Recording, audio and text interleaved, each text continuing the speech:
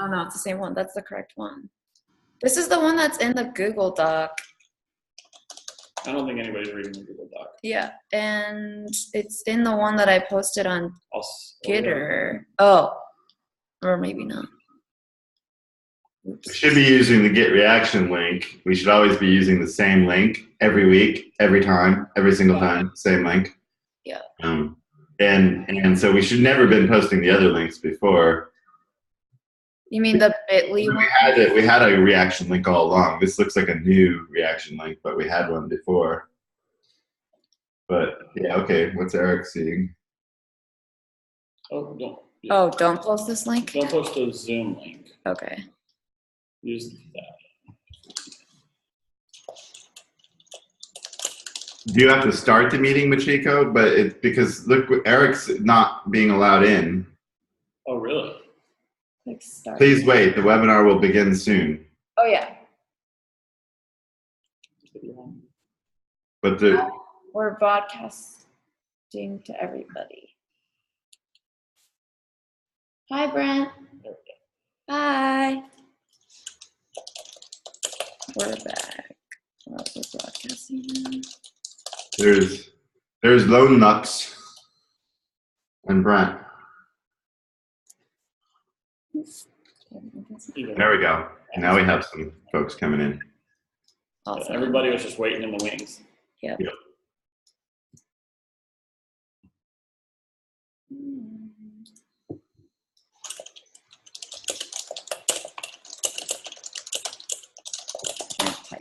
Speak at the same time.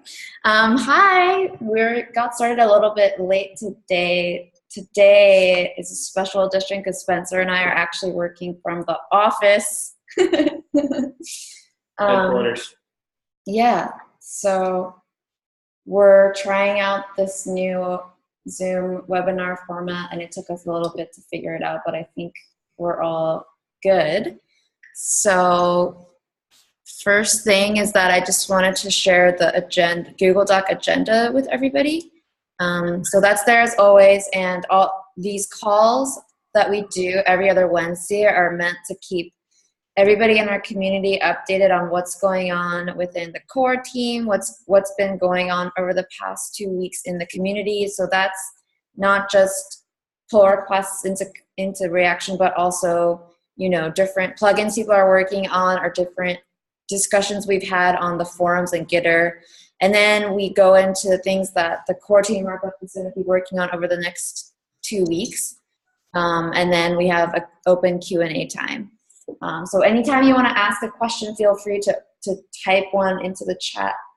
Do we still have that form that you made? We still have the Google Doc form, and you can fill it out. The link's in there.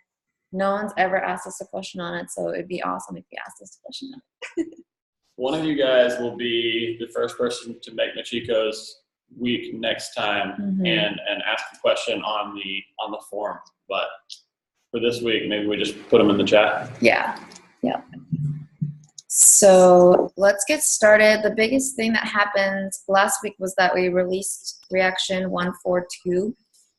There aren't too many huge new updates in it, but one thing was that we upgraded to Meteor 1.5.2, which if any of you have been using it, it might feel really slow. There have already been issues reported to Meteor about that, and so we highly recommend you downgrade to Meteor 1.5.1, and you could do that really easily in the command line. I think I typed it into Gitter yesterday. It's this Meteor, what was it? Release? Meteor -- release, and then the release.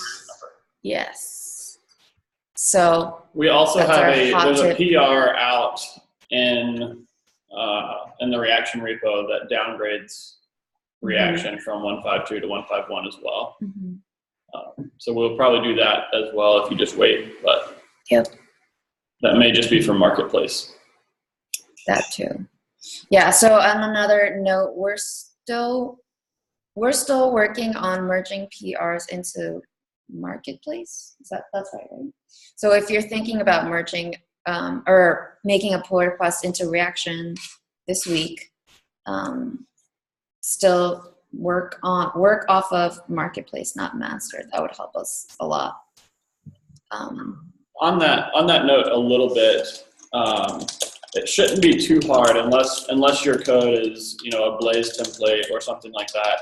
It shouldn't be too hard for you to take a PR that was meant for master and switch it over to work for marketplace or vice versa. So right now, I do think marketplace is probably the right place to target new PRs. But once we release marketplace, you know, we'll want PRs coming to master at that point. But that's not a reason to not create a PR right now, and I do think that switch will be fairly trivial if it's more than just. I wanted to add that, Spencer, I meant to do this yesterday, but for us to create a release 150. So marketplace will merge into that, which will merge into master. So we should have that out today. And so your PRs can go there, or they can go to marketplace, because we'll merge marketplace into that. Awesome. That will be marketplace, really. So yeah. And while we're talking about the release 150, I know we're about to jump into kind of the coming up merged recently PRs and the works and stuff like that. I do want to talk a little bit about our goal for this next marketplace release, since we've had just, you know, so much talk about marketplace and we've been working on it for, you know, months at this point. The goal for this next release is at its core to have no regressions. So we want anyone who's currently on a master branch to be able to pull in, you know, essentially the marketplace branch, but it's going to be the release 1.5 branch. We want them to be able to pull that in and use it on their own, you know, site with no regressions. So that's goal one. That includes things like migrations. So if you have data that is, you know, from an older version of Reaction, we want you to be able to upgrade without having to worry about, you know, there's new methods or new functionality that references, you know, data that you don't have. If you do have custom plugins or custom code in Reaction, or for some reason you forked core, you know, those are the types of things where, you know, we may not be able to guarantee a completely smooth upgrade path for you. But hopefully by releasing all of these kind of migrations and doing the test to make sure this is code without regression, will make that process a little easier for you.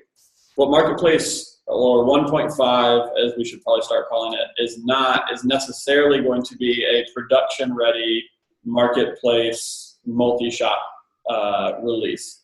So we are getting really, really close to having something that you can just spin up in production and you know, run a marketplace from.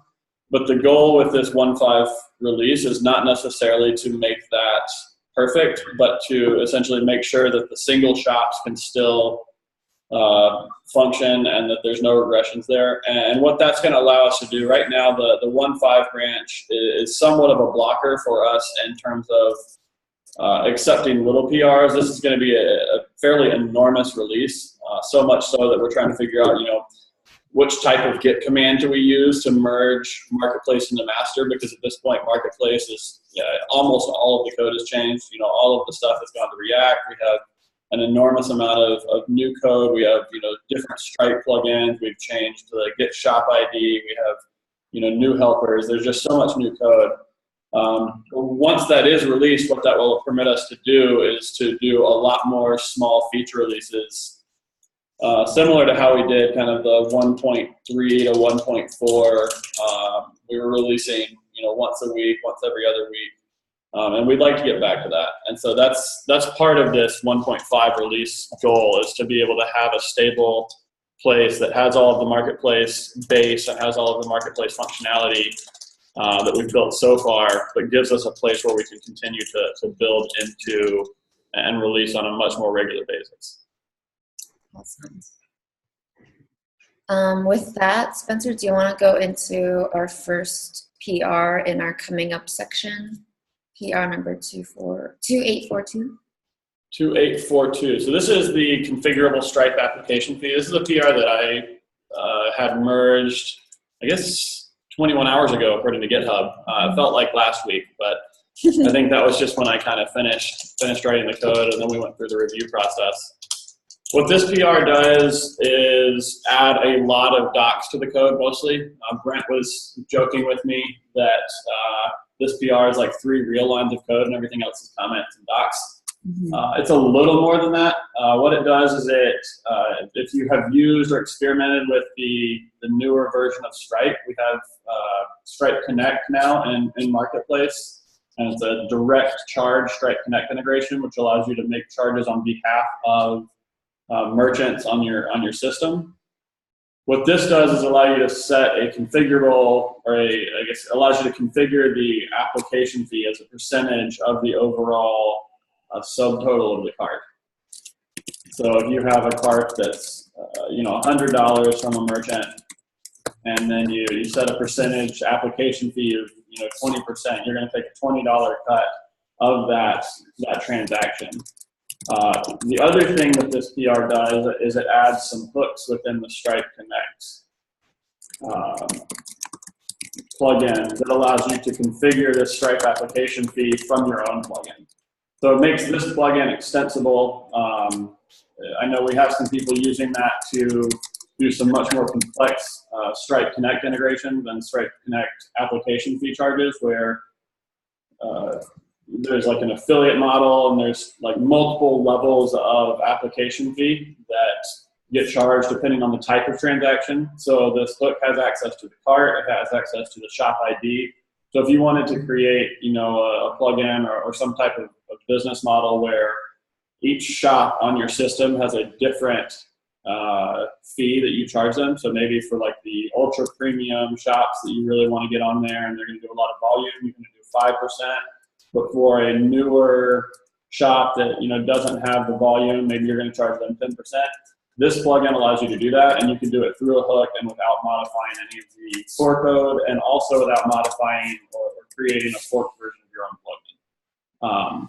If you're interested in how hooks work and how to write your own hook or how to hook into that, I think this PR 2842 and the issues associated with it are probably actually a really good read. So I would recommend going and checking that out if you have any interest in that. Awesome. So, what's this next one? Oh, so the next PR that we wanted to talk about is 2855 from Brent. You want to have Brent come on and talk about that? Yeah, Brent, do you want to talk about Reactive Aggregate? I know we're putting you on the spot, so I don't think he can talk without us promoting him here. I guess he could type. Yeah. I can't talk. Oh.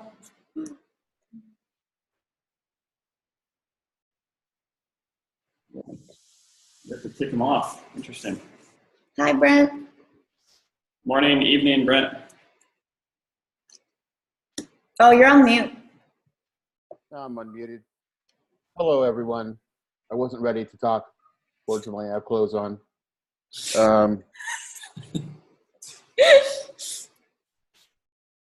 Yeah, so the Reactive Aggregate, so one of the issues that we have is that with Marketplace, we want to be able to filter, the main driver is we want to be able to filter parts of an order. So, for example, the billing and shipping of our records, there'll be individual records that are created by shop ID. Also true of items in the cart, so those will all have shop IDs associated with them. So in order to do that in Mongo, you need to be able to use the aggregate, which is which is the Mongo tool set for basically doing any sort of querying beyond simple finds. You have to use our aggregate. So this isn't completely new code. I've taken this code from a couple of different libraries that do this. So it allows an aggregate function, which can be as complex as you want it to be. It allows it to function like a reactive collection, in the sense that you can, it'll be reactive on the front end, and you can make changes to it just as if it was a regular collection. So the one I've implemented is orders, which are filtering orders by shop ID when you're a marketplace shop. Awesome. And so, to me, some of the interesting stuff in here is that it allows you. I don't know if everybody knows what a Mongo aggregation is, but it allows you to use like the projection operator in a reactive way, right?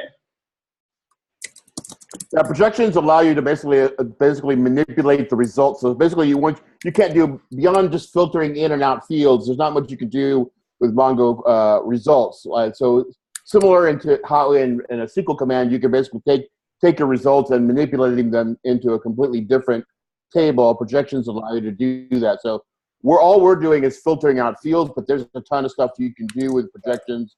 You can add aggregate fields like sums or counts. It gives you like similar to what you could do with a complicated SQL query. Right. It's almost like, I guess for the JavaScript world, it's almost like running a Mongo query and then running like a filter or a find on each subarray within that query, but doing it all at once and doing it in the Mongo database rather than doing it on your server or on the client, right? Yeah, they're a super powerful tool. They're called pipelines because you can stack up all these different, you can stack up matches, you can stack up sorts, and you can stack up all these different commands. There's a whole MapReduce library. There's all sorts of stuff you can do, and you just stack them all up, and it just filters your data through this pipeline. And so you could even dynamically add things to the pipeline as you want. So it's a whole thing. We're not using that. All we're really using is a very small subset to do projections. But if people have more sophisticated needs to do filtering, it'll allow them to do that, but still to the client just look like just another collection. Right. And after that, the aggregate allows you to even pump that collection into a separate client collection. By default, it does orders into orders, but you could have orders into my special orders on the client, and they would behave like two separate collections. Right. Well, that's great. I'm really excited about having the ability to reactively run the aggregation framework. I think that's it's gonna make a lot of the marketplace stuff possible, that maybe would have not been as possible or been a lot more expensive if we were doing it on the client or the server, as well as making it a lot more secure. So you're kind of working through some docs on there, and then we'll get this out. Is that kind of the next few steps we got there? I think I'm just waiting for review. Waiting for me. All right. Well, you guys will see this soon, but thanks for walking through that. Last one, Spencer, do you want to talk about React router stuff that you just worked on yesterday? Sure. Yeah. So this is more of a coming up because it's not 100% done yet, but Mike Murray and I yesterday sat down and worked through some router changes. For those of you who have been using Marketplace, the ability to route to specific shops and to filter by those shop products or other kind of shop-specific functionality that comes from the router has not really been there. We've had, I think, the /shop route maybe has existed for a little while, but not worked well. So Mike and I sat down and rewrote the router, not really entirely, but we added marketplace-based routes, so you can now essentially visit /shop ID for any of the routes that exist. The next step for this is actually going to be to limit that in scope. So we're not going to release something where every single route has essentially like a shop prefixed version. I don't think we necessarily need all of those routes. But what this will allow us to do is to essentially turn on some routes for Marketplace, such as products or product detail page or something like that, and have other routes that do not have that functionality, and to do it dynamically. So this actually goes hand in hand with another little bit of code that I'll be working on and will be released in the next 2 weeks, which is adjusting the provides field in the registry to accept more than one value. So if you guys have written your own plugin, you'll understand that the provide field is kind of how you create a reaction app or a kind of a single module of a plugin. So if you wanted to create a payment provider, you would have a entry in your registry that provides payment, I think is the right way that it does that. But there's a blog post I've got on this that kind of gets into it. All that said, right now the provides field takes a single string, so you have to have a unique registry entry for each like route, or for each payment plugin, or for any of those types of things. But there's a case where maybe you want a single registry entry to provide multiple things, and the marketplace route is one of those things. So if you write a registry entry that creates a new route, but you also want that route to be available in a shop prefixed way, /shop/shop slug /my route.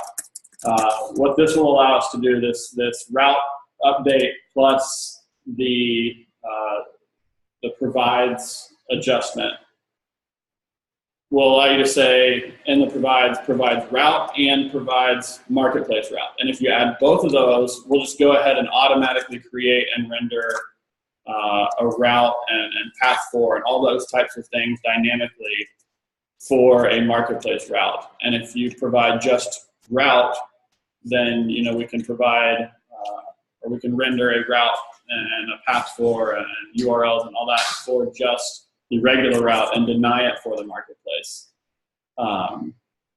So the way we've written this route adjustment essentially allows it to be and inherit all of the permissions of a regular route. So if you have permissions for a regular route, you'll automatically have permissions for the shop prefix version of that route, which makes it a lot easier to upgrade to kind of a marketplace style routing system with an older system where maybe you have thousands of users, but your users don't have any of these marketplace route permissions. So we're able to essentially take routes that exist and selectively apply a prefix to them that allows you to route to a specific shop. Cool. That's awesome. So for the next section, for the updates from the community, I just wanted to highlight PRs and plugins that people are working on, just so everybody else in the community is aware of them.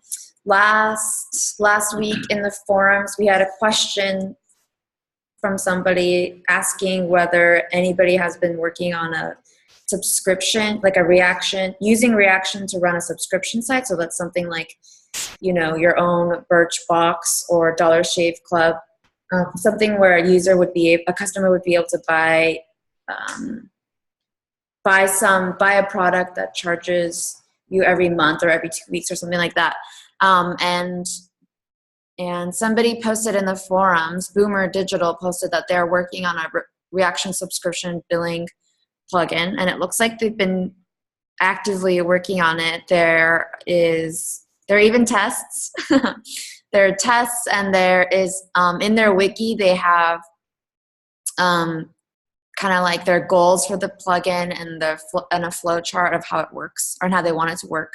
And so if you're interested in that, I would definitely recommend getting involved in the forums or the Gitter channel, the Reaction Gitter channel, or their repo specifically. I've linked it in the notes, in the show notes. We had a few more really interesting PRs come in from the community this past 2 weeks. Another one that just came in yesterday is from I think is Cusp PVZ. Cusp PVZ. Yeah, maybe we didn't say the GitHub handle right. I like to think it's a StarCraft reference. Yeah. Is an internationalization one for allowing products and categories and tags to be internationalized. And Spencer and I just wanted to point out that we love it when people in our community follow kind of the GitHub processes that Reaction uses, and we've outlined those in our docs. So if you ever wanted to get kind of feedback on a pull request that's not quite finished yet, you can go ahead and put like bracket WIP, which stands for work in progress, and just push that pull request up and note that it's a work in progress. Also, we really like it when you're making a pull request, if you make an issue first and link to that issue, so we have a better understanding of what you're working on. And we can provide more feedback there before the pull request kind of process starts.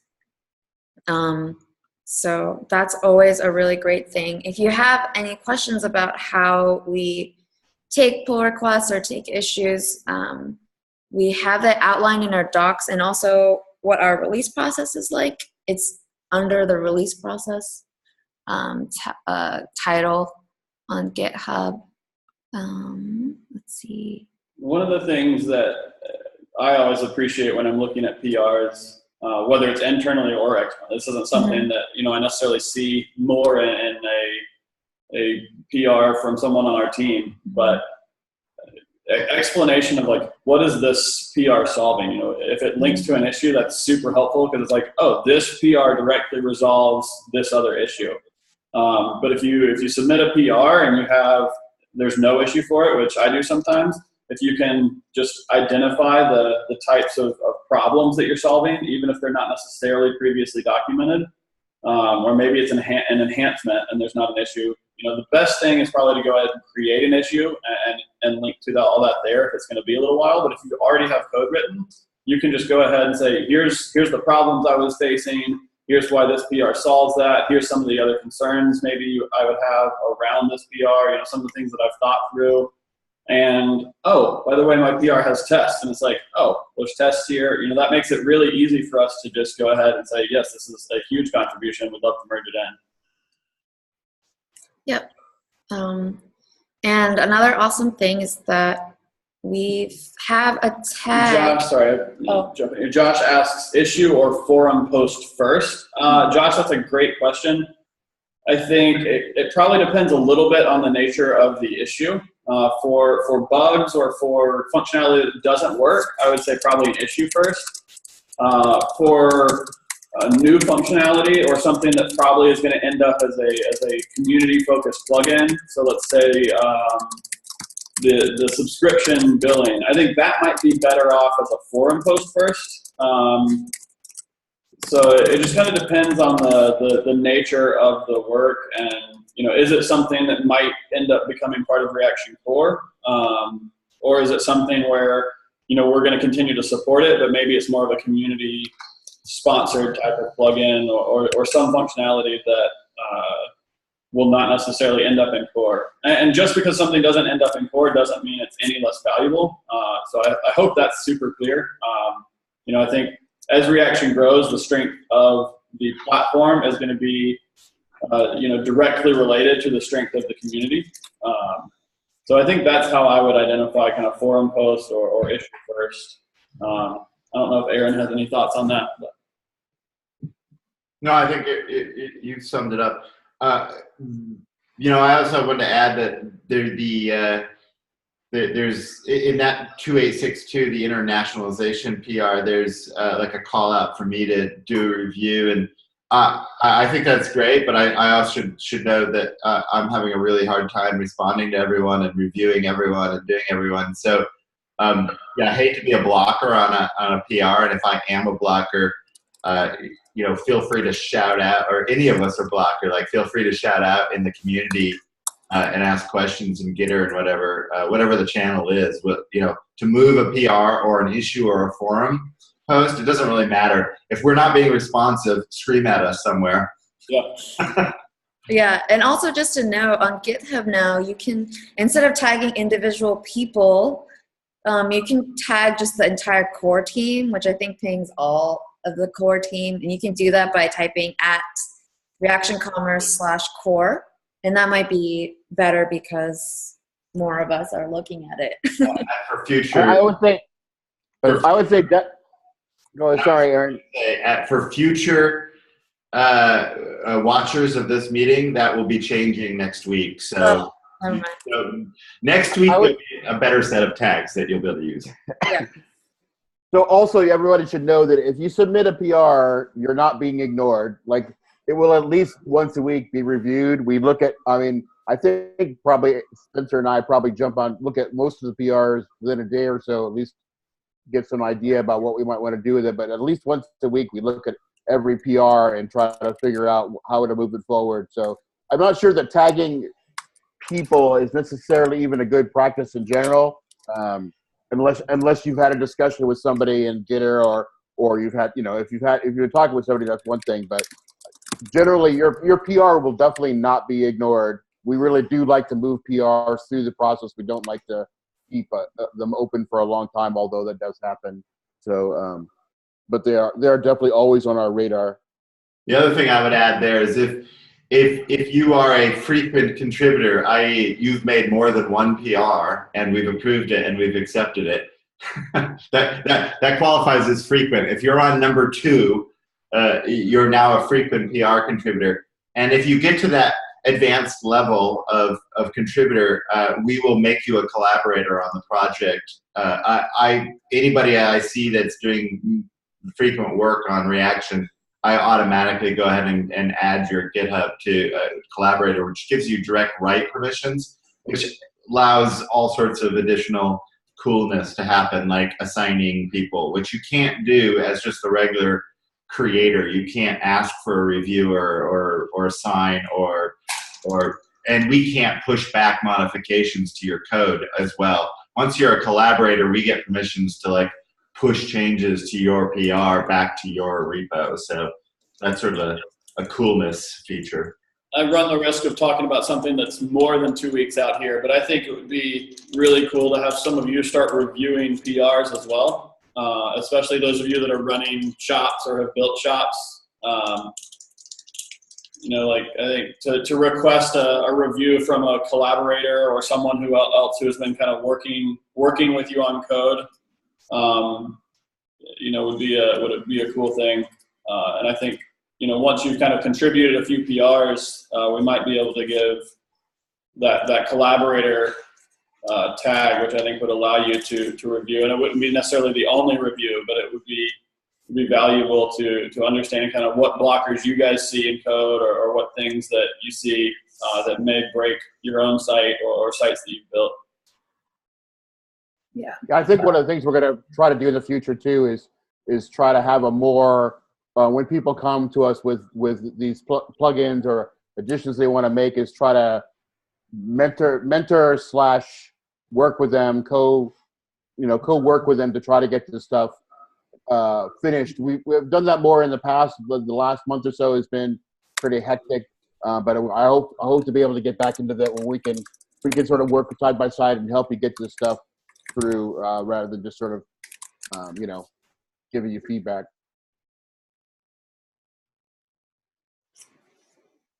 Awesome. I know I'm putting you on the spot here, but Daniel, I just noticed you joined the call, and we were just talking about the Reaction subscription plugin just now with everybody. But would you mind talking about your plugin creating process? Yeah.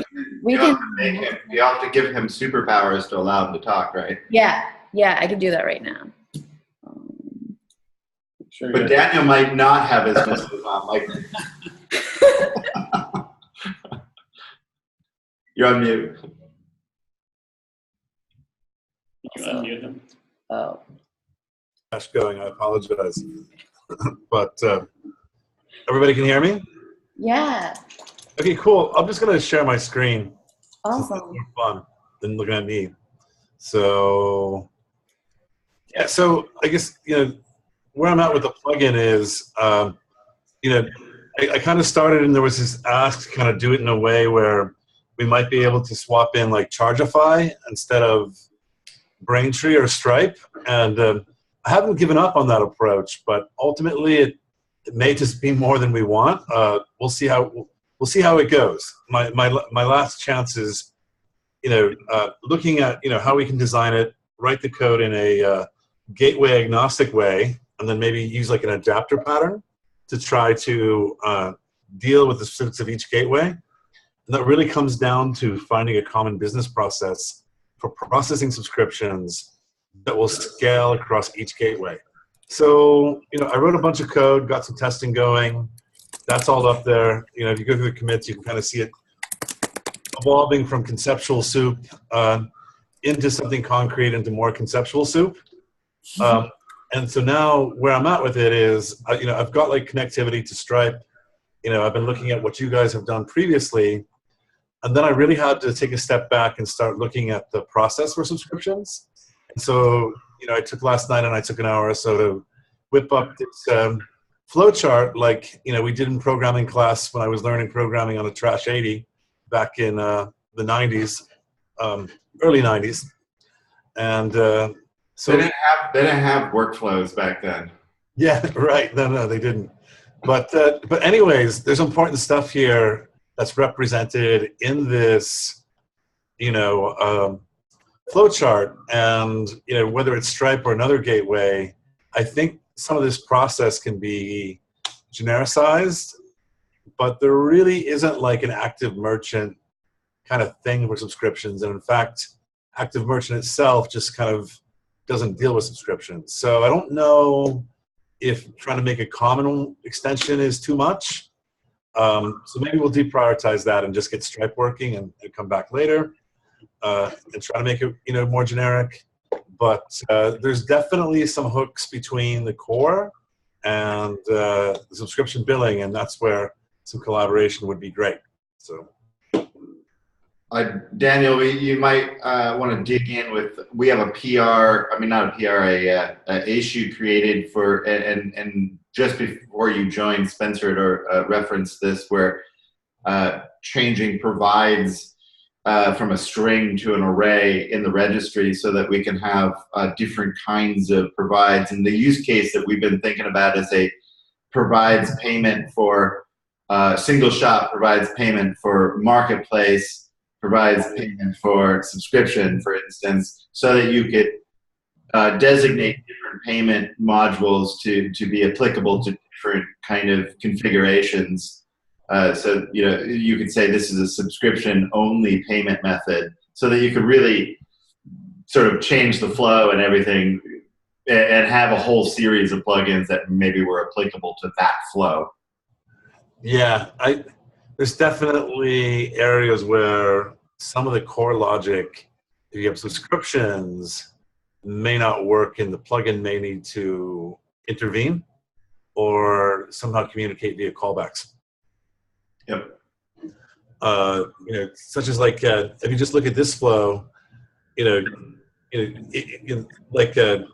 would need to figure out how to grab a customer ID from Stripe if we already have a payment profile from a customer, right?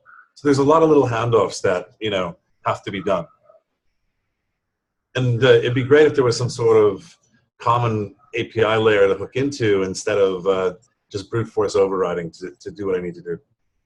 Right. So I'm not certain I'm following exactly what you're talking about, but I think this may be what our event hook system could be used for.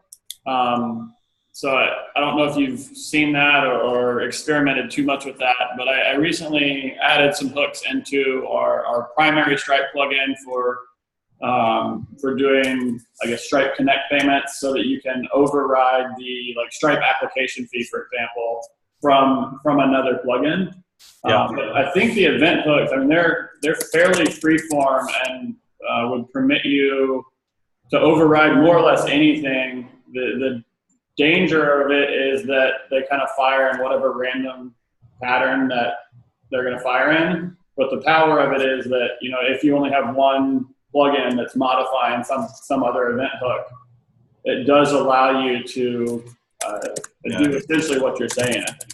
So we did a lot of that stuff with Spree, and it ended up being a nightmare just for the asynchronous nature, right? So when you have stuff that is basically a synchronous process, aka checkout, very tough to deal with, asynchronous events and forcing a process.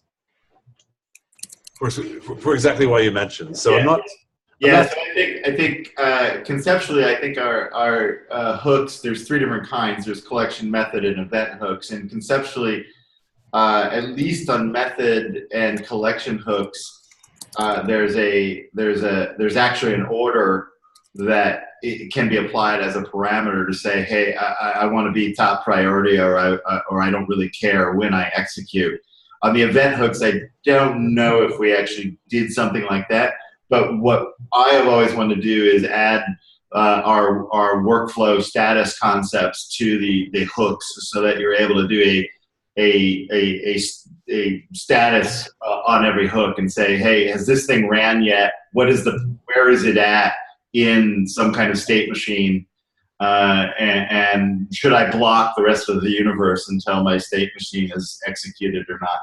But no matter how you view all of this, it can get really complicated and messy. So yeah.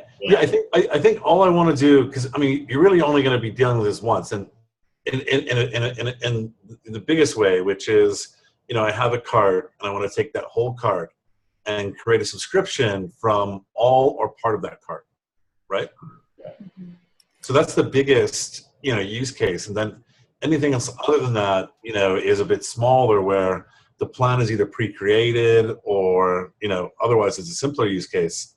And then, I'm trying to design this to one sort of process method, so that, the whole workflow kind of just has one central point. So all they would really need is to take all that information about a user, their payment profiles, get access to their payment tokens, and then send that to this process method and let that figure out how to interact with the gateway and do the right thing based on the user's intent. So that's where I'm going. So I'm just maybe lost in the weeds here for the moment, but it'll come out, as we keep moving through it.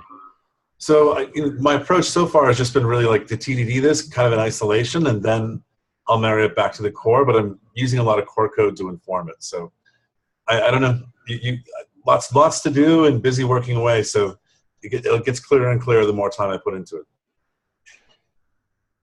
Great, thank you. Thank you so much, Daniel. We kind of put you on the spot there, but you did amazing. Well, yeah, no, it's anybody who wants to dive into the weeds, there's a lot of issues here. So just wave your hand, and I'll probably, hit you up just to review some ideas, or, process flow or business questions or whatever, just to help think about it. So. Yeah. And it's not a small job. I'll just put it that way. Yeah. Speaking of things that aren't a small job and workflow process diagrams, I wanted to make sure that everyone had seen this Lucid chart that Spencer had made. Let's share it because it's amazing. Can I share this? Share screen.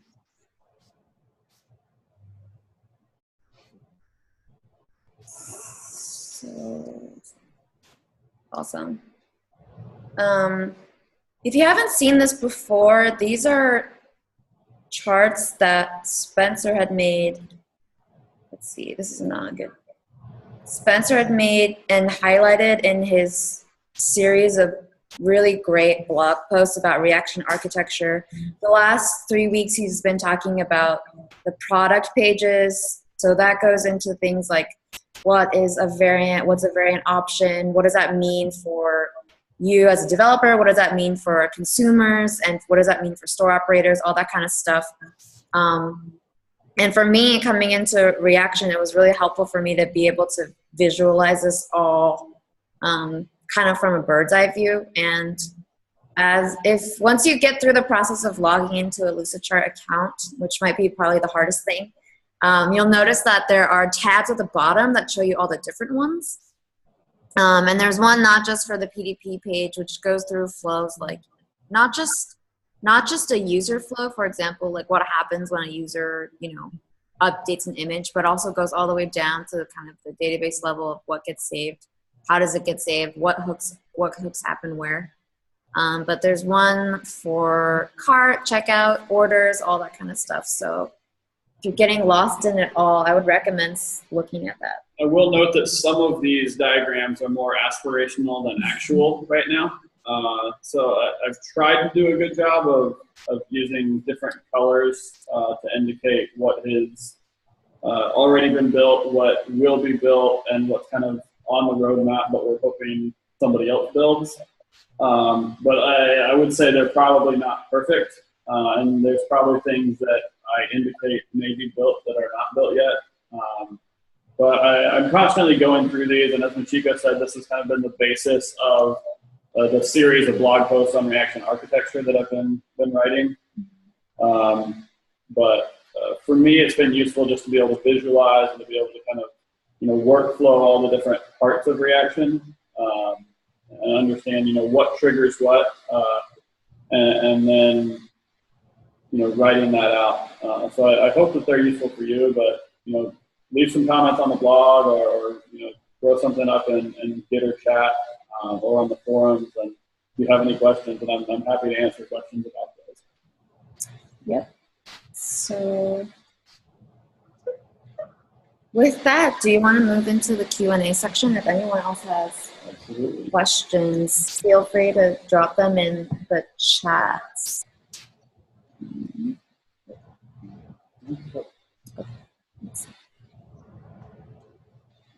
So one of the questions I'll just answer right away, which is, Aaron, are you working on analytics or what? The classic weekly question. Yeah. Yes. Anything that I sign myself up for, you get to ask about every week for at least. You get the same answer every week too. Yeah. It's on the top of my mind. It is not something I have actually started yet, so I'm trying to decide. I'll tell you what the big debate is. What happened is we had working analytics tracking throughout the application, which is the current app. There's that PR that fixes the UI that was broken that we could take. But once the UI was fixed, we realized that there's not tracking going for all of the new React components that we built. We just need to go back to the link level of the link component and add a tracking event to the link component in React. So right now, tracking does work for all Blaze, but it's a jQuery event that sits there and says, hey, I'm going to fire an analytics event when you've done something on the page. That doesn't work for any of the React stuff. So we just need to add that tracking to the React side, and then we would have analytics back and working. So that's a fairly minor fix. However, I sit there and I go, I hate this thing. And I've got refactoritis. And I really want to rip out the analytics because we have a bigger picture, which is to say that we want all that analytics tracking to be done in a remote sort of generic logging, streaming warehouse kind of solution. So when I talk about I want to fix analytics, what I really want to do is I want to rip out all the core analytics stuff that we have right now, and I replace it with just a live stream to some other repo where you then have to configure your reporting and your data streams and everything else. So I am not suggesting that I'm going to make an easier, more friendly analytics solution that is completely built in. In fact, I'm saying, I'm sorry, but I'm going to rip out the old JS and all that kind of crap and make life more difficult. So, yeah, there you go. Josh says snowplow. So, my holdup is that I have not documented any of that or really fully architected all of that out, and I haven't had a chance to sit down and kind of architect this out and make the tickets for everybody. I have been doing tons of research like Snowplow and just trying to figure out what are the initial kind of services that we want to support. I'm thinking about this in terms of additional connectors in the same way that we have the Shopify connector or whatever. These would be logging service connectors. And so they each may have, they're a generic adapter, but they may have different endpoint kind of configurations. So I don't know what the most popular services that people want to work are, so to use. So I need some feedback there from the general community. Like, is Tableau, is that the reporting tool? Does everyone want Redshift plus Tableau or something like that? I don't know what the right end, happiness is. I think Segment to start would be great. Would you say Segment is terrible? No, segment to start. Would you be a starting well, so that's what we have as the initial, like, so that's what's in there right now. Is just, there isn't a direct GA. It's segment, and there's 3 configured things. There's Mixpanel, GA, and something else. I think just the segment generic one maybe that is configured, and that's exactly what I do. I would strip that out and make that a generic connector. One would be segment. One might be Redshift or something, et cetera, right? Yeah, probably segment because that's what we already support. My hold up here is that I haven't had time to really document what I want to do, and I'm realizing that the traditional classic Aaron way of just going and creating something and throwing it in the code base might not be the best thing to do right now for this. So that was all a waffle to say. It's almost in my mind. I either am going to fix the current stuff for the marketplace 1.5.0, which is probably the simple solution that will disappoint everyone, or I'm going to have to hold off until we're calling this Marketplace Alpha. 1.5.0 is Marketplace Alpha. I think I have to do a little more road mapping on the analytics and figure out what the right connectors are, and maybe that's a release 3 weeks from now rather than next week. And to know, everyone should know that we're a week behind or 2 weeks behind right now on our 1.5 or Marketplace Alpha. But there you go. Long-winded answer to try to give myself an excuse.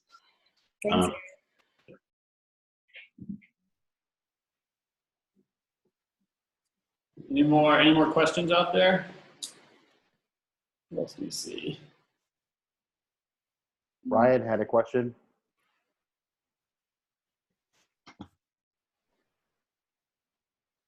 Ryan asks, would this allow us to move towards the vision of contextual analytics and merchandising?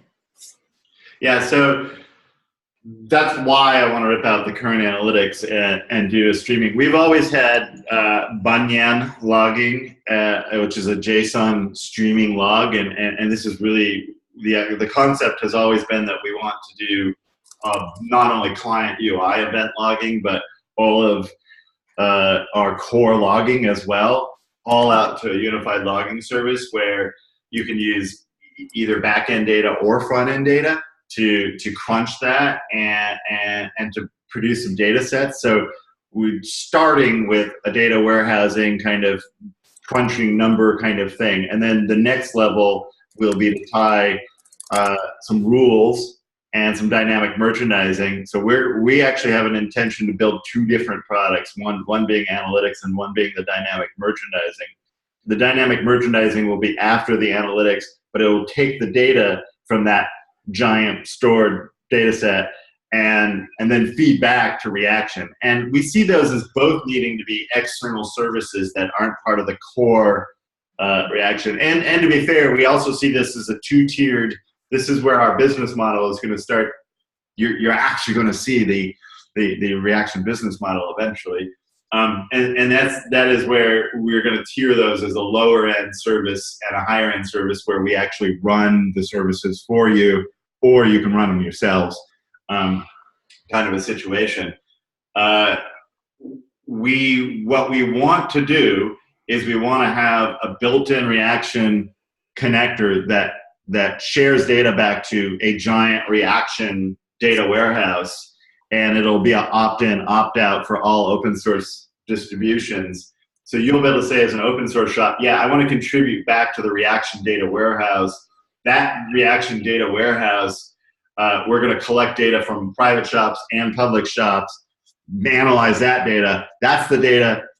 If you have opted into sharing that data on the dynamic merchandising platform, you'll be able to consume the data from the public and from your own private behaviors, analyze those together to produce your dynamic merchandising data. So that's a peek into the vision, and when it's all of those data sets combined, that'll be our commercial kind of offering. Yeah, just to tout the Lucid chart a little more. One of the things that it does is identify events and some of these types of like I think even in the blog post I mentioned some like linking into segment events and enhanced e-commerce and stuff like that. But part of this this vision of essentially logging all of the things that happen is that all of the things that happen need to have events so that you can trigger other events, but you can also send data from a given event straight into a data warehouse or straight into segment or straight into whatever. And so, as we build out this library of events, what that will allow you to do is essentially create a plugin that all it does is consume events and either ship data off to a warehouse or ship data off to Google Analytics or Mixpanel or some analytic tool that hasn't been invented yet, or your own data warehouse or whatever. But it allows you to essentially own all of the events and to act on any given event from a plugin without having to do anything to core.